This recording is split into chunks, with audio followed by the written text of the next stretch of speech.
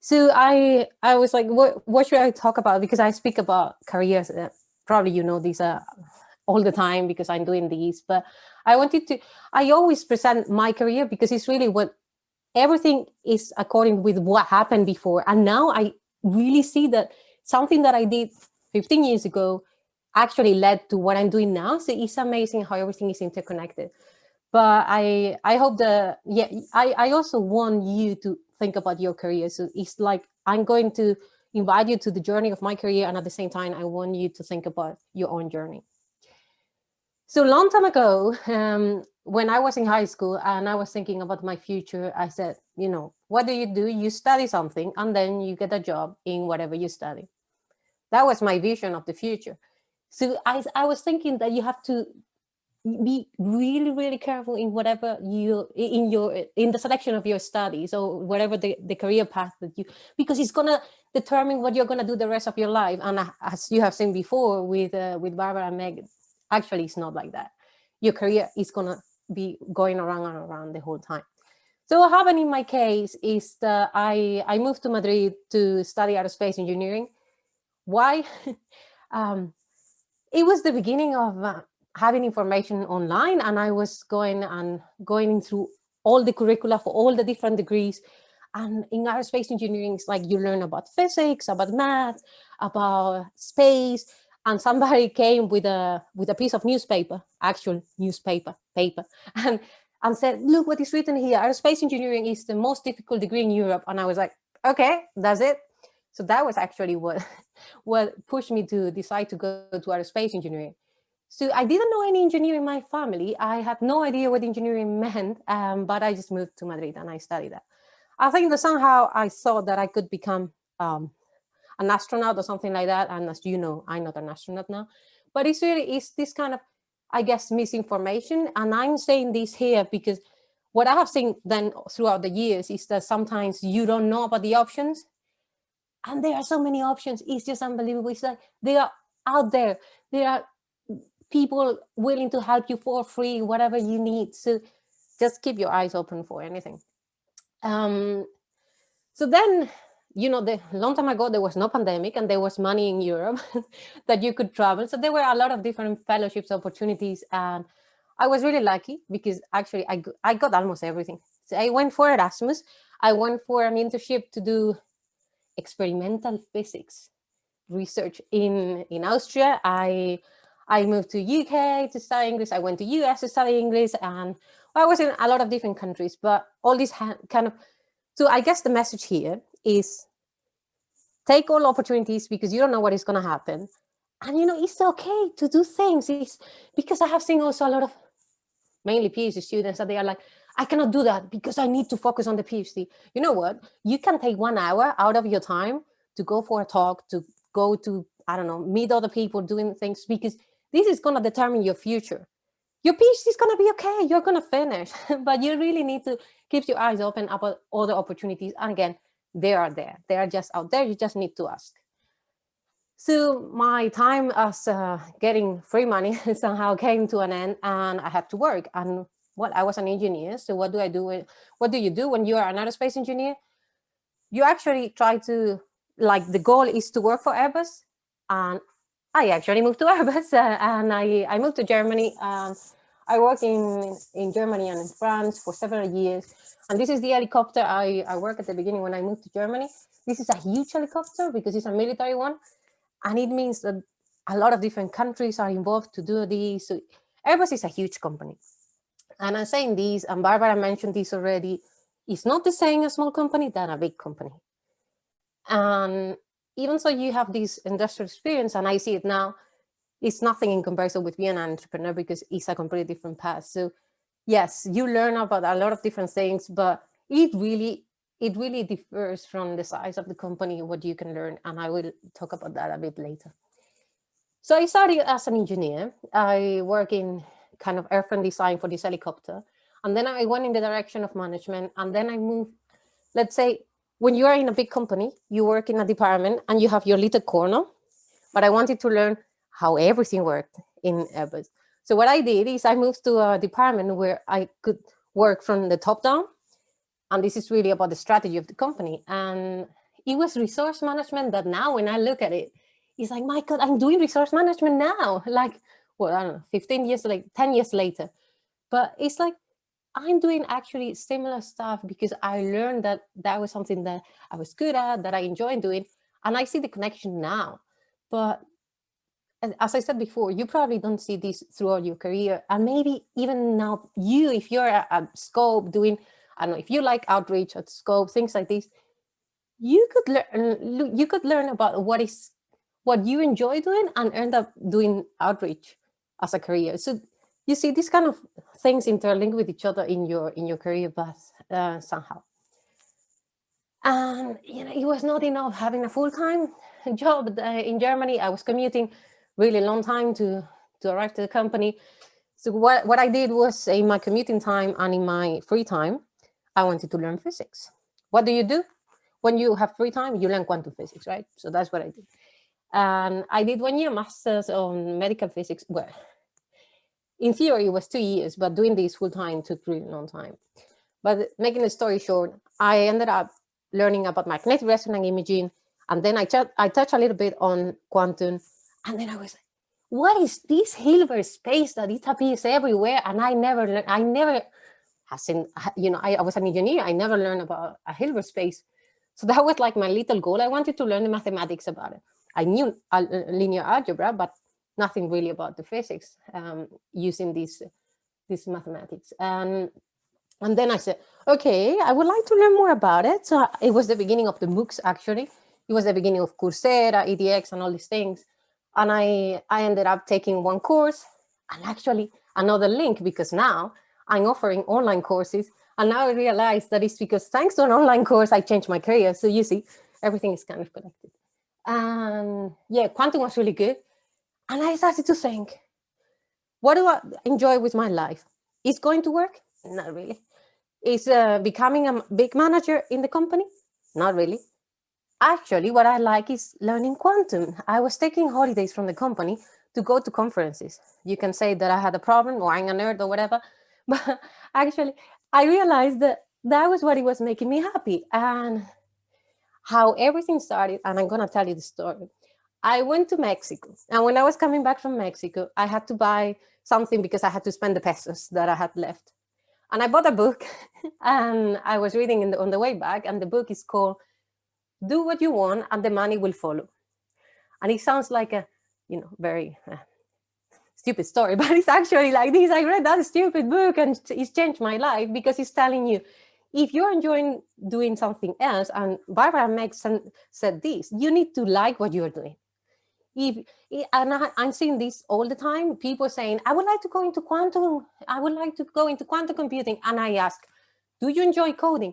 Then don't say that you want a career in quantum computing if you don't enjoy coding, for example.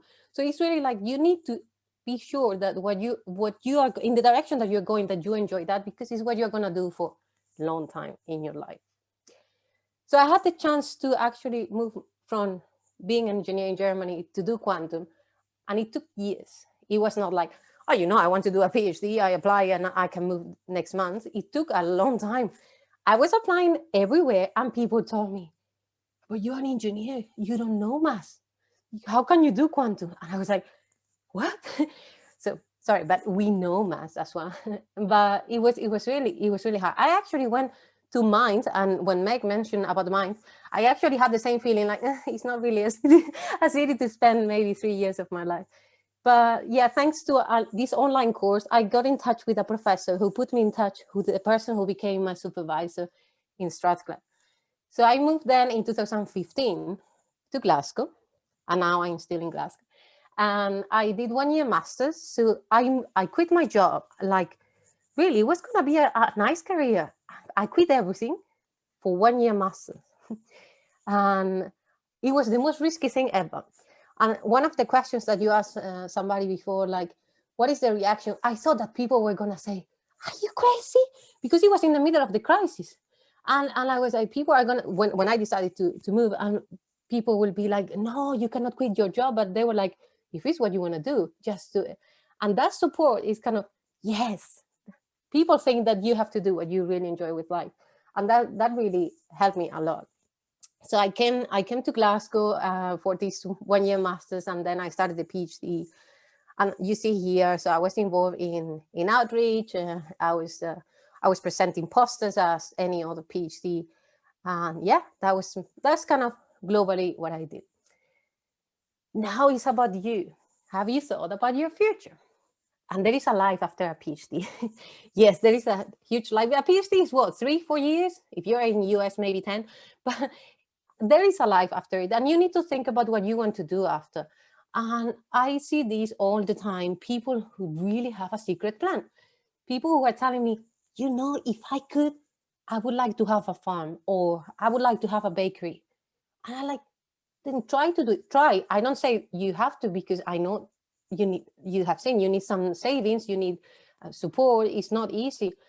But if you can at least try, I would say it's really up to you. And yeah, career plan is not a straight line. You have seen this already. And I always say, you cannot plan really 20 years from now. It's just impossible. And you go to these interviews everywhere when they say, how do you see yourself in 5 years? So you just need, Barbara mentioned this, you just need to answer something to make them happy. That will be my advice. So if you're applying for a company, just tell them, I would like to be a senior manager in this company because I want to grow in this company. Of course, that's what you have to say. Maybe you are planning to, to save money for your farm or whatever. But this is really, it's the way that is what they're expecting, but it's also what you're thinking in the back of your plan. But really the plan has to be little steps, little goals. What do you want to do next year? And when you're doing the PhD, another thing that I have saying is that most of people, they actually think about what to do after the PhD when they are finishing writing up. Mistake, because it takes time, and you saw it. So it took years for me to move, but even if you're applying for a job, if you're lucky, maybe a couple of months, but it can take 6 to 1 year. So 6 months, if you don't have any income, or if you're doing a postdoc that is related to your PhD because you are just kind of waiting and seeing, I think you can just plan ahead. And again, it's okay to look for jobs while you're writing up. It's actually helpful for you to stop writing for some minutes. And so think about the next goal in your career. And I guess this is a little bit food for thought about how I see the difference between academia and industry. Again, I came from industry to academia, so I had another kind of vision. And I also came from Germany, where things are very structured. So it's, I don't say that academia is not a structure, but you're reading between lines. Okay. So in academia, you have this freedom, this autonomy, where you can do whatever you want. And it's really like this. You say, well, but I have a PhD, I have to finish. Yeah, but if it takes 6 months more or less, it's okay.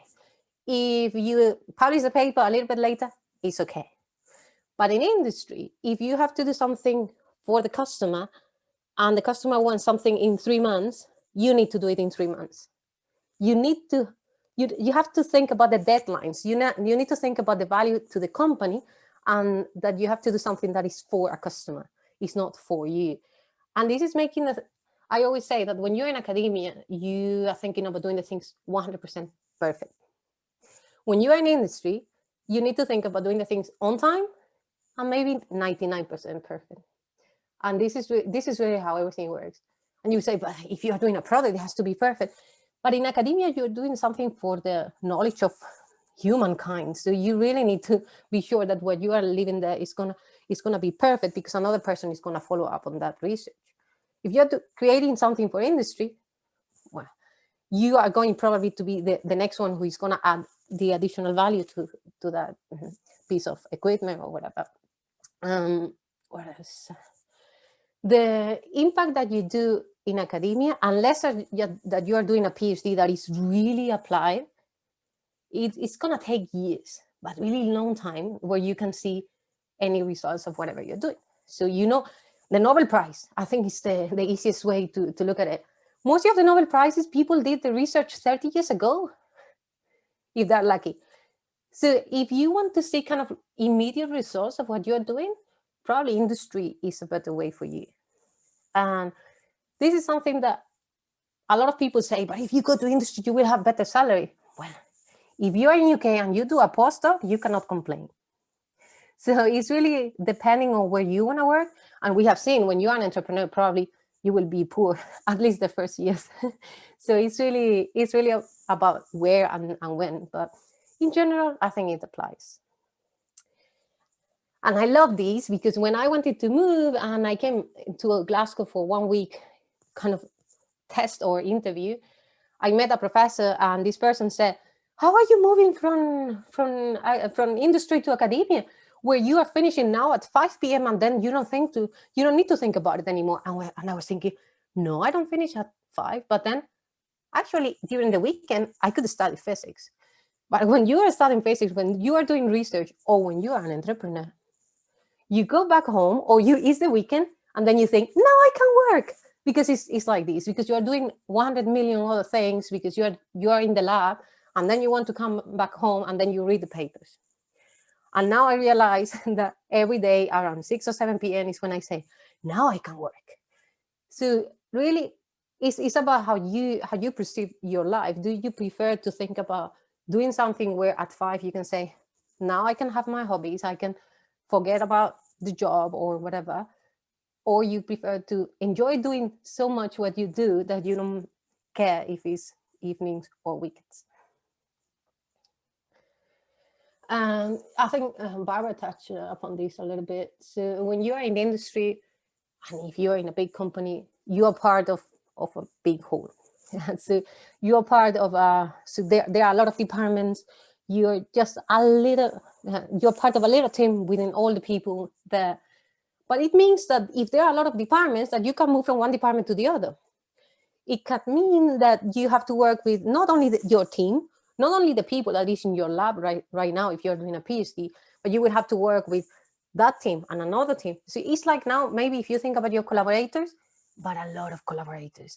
So if you're a person that prefers to work in kind of lonely and you don't want to interact much with people, maybe kind of research is more for you, because it's true that in industry is, unless that you have your own company, you are part of a whole and you need to work with the other pieces together. This is from the IOP. This is, I don't know how many years old now, but please, this is my old blog. I don't use it anymore, but here you can find a PDF with, I think, 40 people who would study physics, and now they are doing completely different things.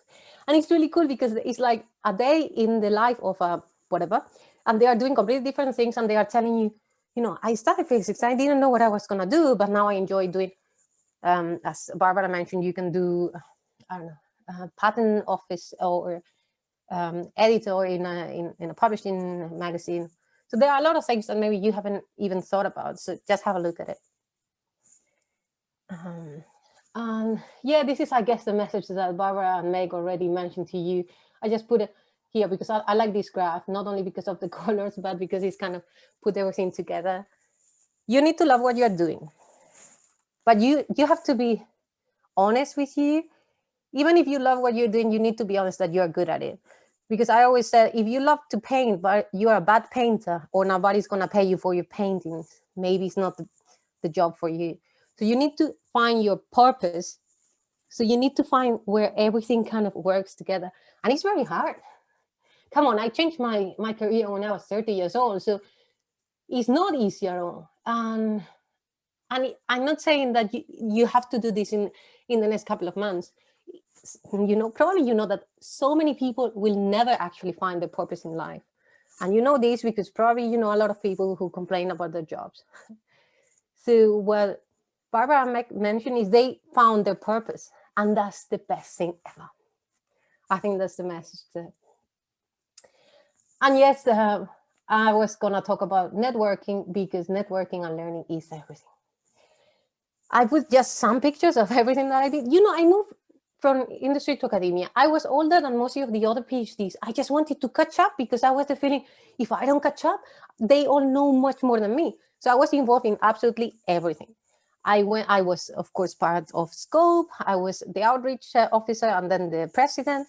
I went to, I don't know how many conferences. I gave talks about gender and diversity in physics. I did a lot of outreach everywhere. So yeah, I met a lot of people. I met Barbara actually last year, yeah, mid of 2019, where both of us, I think, were just with this idea of creating the companies. So all the people that you met throughout your life, probably you will meet again, and you never know who is going to help you with something. And you know how I actually became what I'm doing now? Because I was tweeting things, and thanks to, I went to an event. One of the person I met invited me to come along to an event with him. And thanks to that, I met another person who actually changed everything in my career path. So it's just about talking to people. And you, if you know me, you know that I talk a lot. So that, just don't be shy, and yeah, just ask questions and be visible if it's what you wanna do. Okay, so I stop about that, and the question is what I'm doing now. So when I moved, and that was 2015, but it was like, it was the beginning of people started to talk about this new quantum technologies ecosystem. And for me, it was strange because I was like looking ahead again from as a whole, the whole thing. I was like, you have the researchers, they do the fundamental science, they are developing the products, then you will create a new industry. You also have the industry that is already there who is going to use these new products. But you have the government or the people putting the money. And then you have the general public when you do outreach. Because I was doing outreach, I'm like, do you know quantum? And they're like, what? So everybody should kind of understand when we are talking about an emerging technology. And the funny thing is, when you mention quantum, you have probably two reactions. Well, three if you count the people who already know quantum, but then you have the people who are like, quantum, what? So difficult. No, they are scared. Or it's like, quantum, wow, that's so cool. Probably they don't know what it is, but they just feel that it's a very nice word. And people are using quantum now to sell things. That's true. But the funny thing is, if we think about it, quantum is already there everywhere. Quantum technology is in the transistors that we have in the computers, in the phones. We have lasers everywhere, the GPS, the magnetic resonance imaging. So I guess the question is, why now everybody's talking about quantum? And what I just show you is really what people talk about the first revolution. Now is the fact that in the last decades, the researchers were able to access and control quantum matter at a single level. So before you had a lot of photons or a lot of atoms. Now you can take one atom or one photon and do things with them. So we are entering in a new kind of technology, in a new revolution that people call it second quantum revolution or quantum 2.0. So now I want to welcome you to the second quantum revolution, where you probably have heard at least about quantum computing. I guess the first message here is not just quantum computing. Quantum technologies is a lot. There are different kind of technologies. I'm not going to go into details here. The second thing is we know that the future is going to be quantum. And I think we are really early, which is really good because it means that we have time to actually shape this new market. And it's so exciting at the same time because we know that in 20 years, thousands of people will actually be working in quantum computing or whatever. So we are going to see the development of a new society based on this new technology. It's not only quantum, you have AI, 5G, etc. But quantum is, I don't even think that we know what quantum is going to mean for humankind so far. But the truth is that everybody's talking about it. And that's how I was just reading news. That was, 4 years ago or so. And I realized that there were news that they were nice, but there were all the news that they were, let's put it this way, rubbish. So then what I decided to do was to create Twitter and kind of tweet what I thought it was interesting for the public to learn about. And we have this quantum bullshit detector that we still don't know who they are, if it's one person, if it's a robot, we don't know. But they kind of measure what is true or not. But there's a lot of information out there. People say that there is a race. There are a lot of things going on.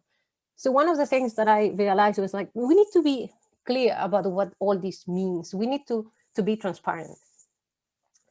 And what I did in all these events, you saw I went to conferences and everything, I was asking people, what do you think we need to create this new market? What do you think is needed? So I was just gathering info. I was creating a network and at the same time, just gathering information. So, and then most of the people who were creating the technology as companies they were researchers, which is a funny thing because coming from industry, there is a big, big difference in mindset. So if I look about all these new ecosystem, there was not only a gap between the industry and the research. It's like between everyone. As I mentioned before, the government needs to know why they should put money into quantum. The general public should know if they are reading something that we don't have yet a quantum computer that is going to help to design a vaccine for COVID. So we need to kind of be realistic on that. And that was kind of, yeah, we need to do something. But I didn't have an idea and say, this is my idea. I want to create a company on that. I was just like, I realized that I can talk to people in industry and I can talk to people in academia. I want to help to bridge the gap. And I thought maybe I can work for the government or for all these quantum technologies initiatives. But you know what? I didn't want to work for anyone. I didn't want to have any hat. Like I didn't want to be UK representative or European. I wanted to help everyone, which is kind of hard to do. But with those kind of ideas, I wrap up everything and I applied for this fellowship from the Optical Society in 2018. And last year they called me this quantum ambassador thing. And I literally went around the world, and I'm so glad because it was last year. So this year it would have not been possible. So I could go around the world and talk to people and ask them, what do you think we need to actually push the market in quantum technologies? I gathered the information and I already went with the company hat, let's say. And I didn't know, I was like, am I becoming an entrepreneur? But at the same time, I needed still to write up my thesis. So imagine it was not easy, but it was kind of my holiday before writing up. So that's how all this came up with the next step in my career, founder and CEO. That still, it's like, I cannot believe it. I think it's kind of, it's a dream or something, but yeah, that's apparently the title. Cureka was born officially as a company last year in June. And Cureka means quantum resources and careers. And it's still the same that I had in mind for years, is to create a common language for everyone, that everyone is ready for quantum, and that we create value, an impact, and a business, because it's really what we want to do with this technology. We offer different kind of services. We work with companies on business development. This means, for example, a quantum company, new small company somewhere, and they need support on growing, on how can they gain visibility, who could they be the customers, so we kind of support them on these activities. We also support other big companies who are starting to hear about quantum and they would like to understand how quantum could provide an impact in the sectors. So it's more about end users of the technology. And then we really focus on training and resourcing. And if you remember what I just said until now, in my career, there were two important things. One, it has been about my career change and how important it's about understanding what you want in your career. And another one was about learning. So now if I think about what I'm doing, it's really trying to put everything together that I learned in my life, what I enjoy doing, and trying to support everyone who wants to do this with the topic that I fell in love with, that is quantum. And I'm not going to go into detail, but we do so many things now at Cureka. It's amazing. And I'm really, that's why I'm so busy every time, but I love it. That's the truth. You need to love what you're doing. So on education, we have a MOOC platform, similar to EDX, Coursera, and so on. And we are creating our own courses, but we are not creating the content. We partner with companies that normally they are academics who became entrepreneurs. So we partner with these companies and we are creating different online courses, and we hope to launch the first 2 before Christmas. We have tailored training packages for companies and individuals. We created different kind of webinars and workshops in different technologies, or depending on who is kind of, what is the community that we want to focus on, because it's about quantum technologies overall. Then we have the recruitment part. We offer recruitment as a service for companies, but it's a lot about career advice. So I'm talking to individuals all over the world every week and asking them, what do you want to do with your life? Assessing the skills.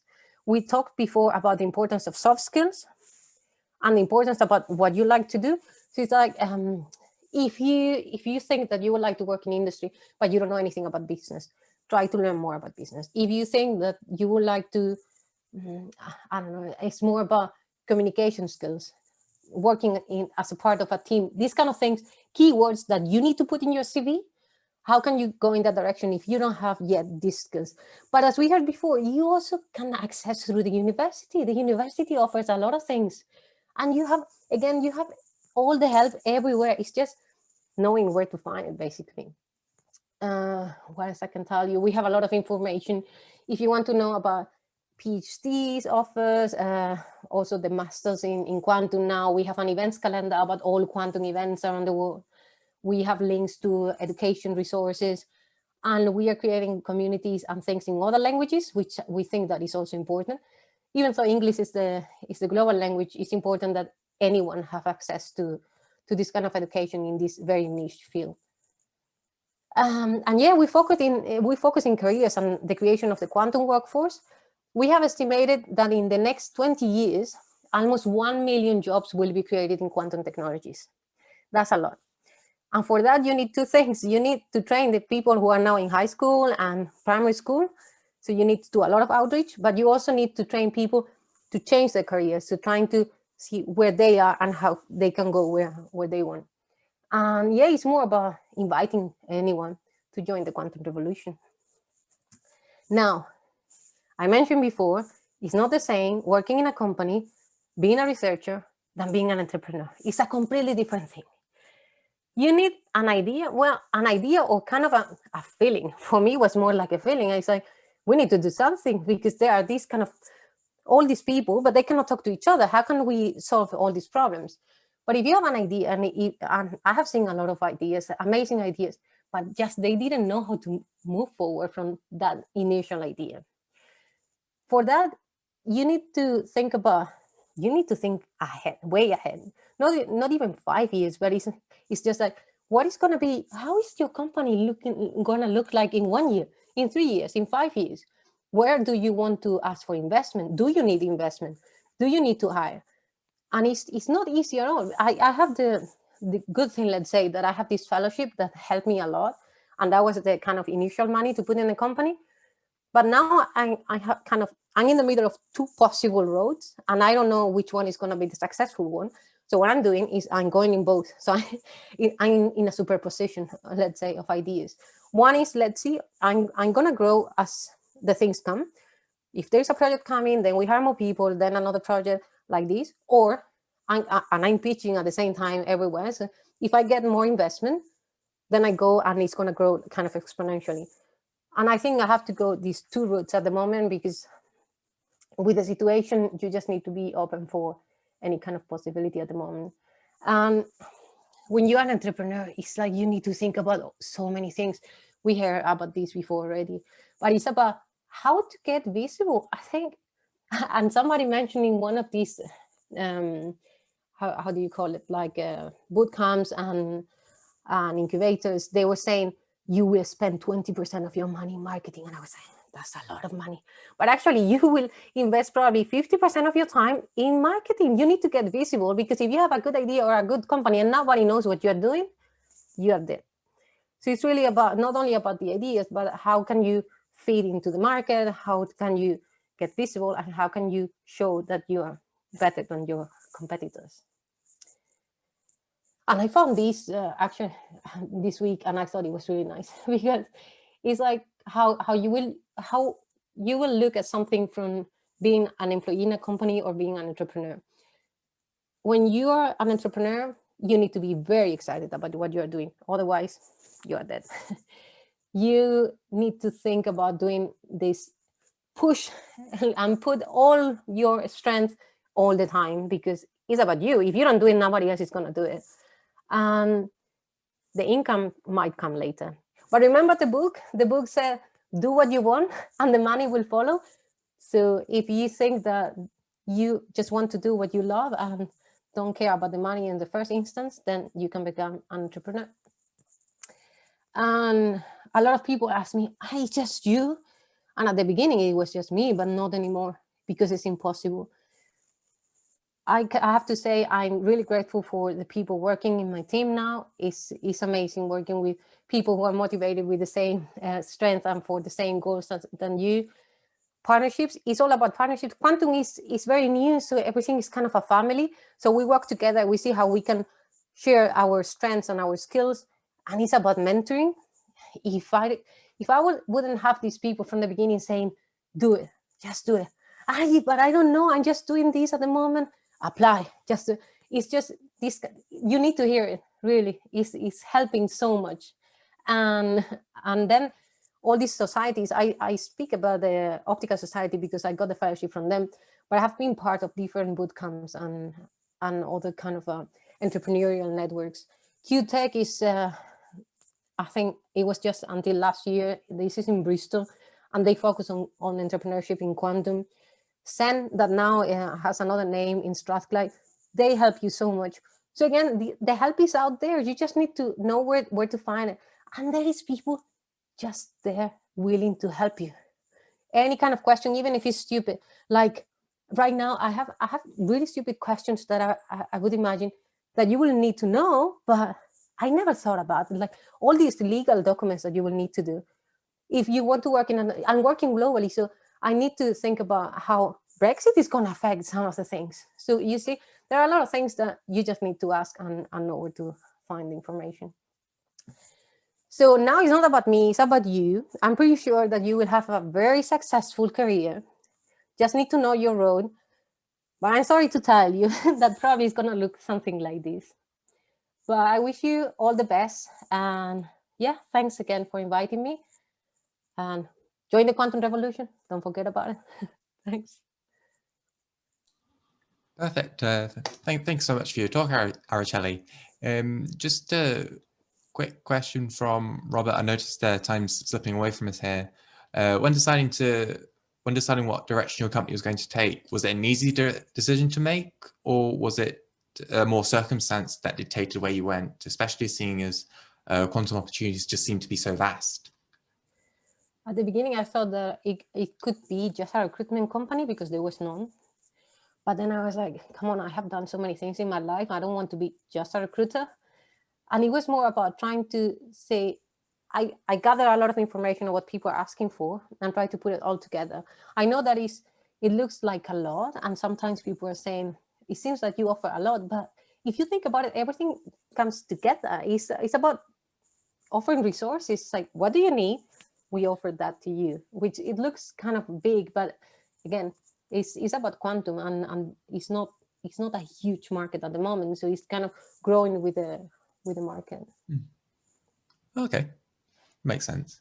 And another one from Mathieu. This one's slightly vague, but what was the role of luck in getting such a varied career path? Was it more to seeking out your own opportunities? Was it finding out about everything through the luck of the draw almost?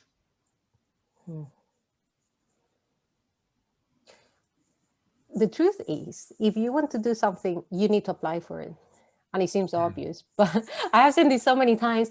Oh, I would like to apply for this job, but I don't have half of the requirements. And I said, just do it, just apply. Because maybe even if you have only the half of the requirements, all the other people will have less than the half of the requirements. Yep. So it's just about, I think luck has something to do with it, but it's more about just being there and be consistent and being patient. Yeah. Oh, okay. Makes sense. You've got to be in it to win it, I guess. I suppose that's time. That's time for everything now. Thank you so much to all our speakers today. It's been such an insightful and interesting discussion. If you are interested in more speaking with our speakers, they can be found on their particular companies. Please email them, get in touch. Please network, as it's been mentioned so many times. Networking is of vital importance. Like, for example, even today, I wouldn't have been able to get Megan on as a speaker if I hadn't known her from a previous job I had. So it's just one other example of how powerful personal networks are. Thank you so much for your time today.